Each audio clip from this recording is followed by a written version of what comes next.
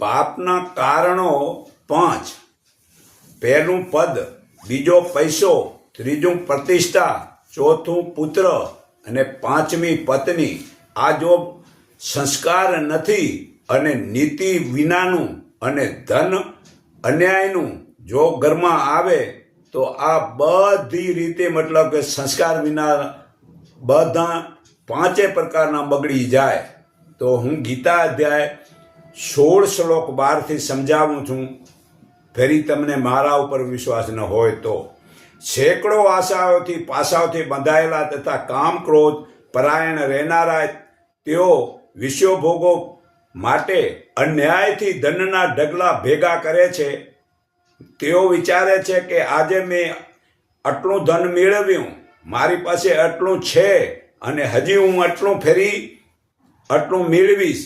આ શત્રુને માર્યો, બીજાને પણ હું મારીશ. હું મોટો ઈશ્વરીય વાળો છું, હું જ ભોગ ભોગવીશ, હું જ પ્રતિષ્ઠાવાળો છું, હું જ બળવાન છું, હું જ સુખી થાઉં, ધનિષ્ઠ છું, કુટુંબવાળો છું, નાતજાતવાળો છું, મારા જેવો બીજો કોઈ પણ છે નહીં. હું જ યજ્ઞ કરીશ, હું દાન કરીશ, હું જ મોજશોખ કરીશ. આવી રીતે અજ્ઞાની મોહિત થયેલો, અનેક પ્રકારે ભ્રમિત ચિત્તવાળો અને મોજાળથી ઘેરાયેલો, કામ ભોગમાં અત્યંત આસક્ત થયેલો તે અસુરી લોકો અપવિત્ર નર્કમાં પડે છે.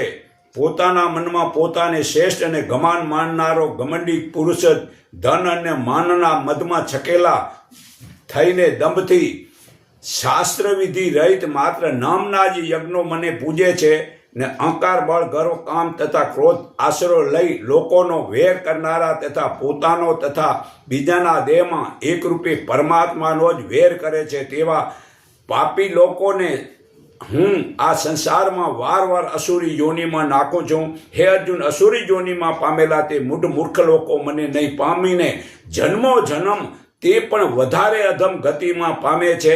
કામ, ક્રોધ, લોભ આ 3 આત્માના નાશ કરનારા અને 3 નરકના દ્વાર છે.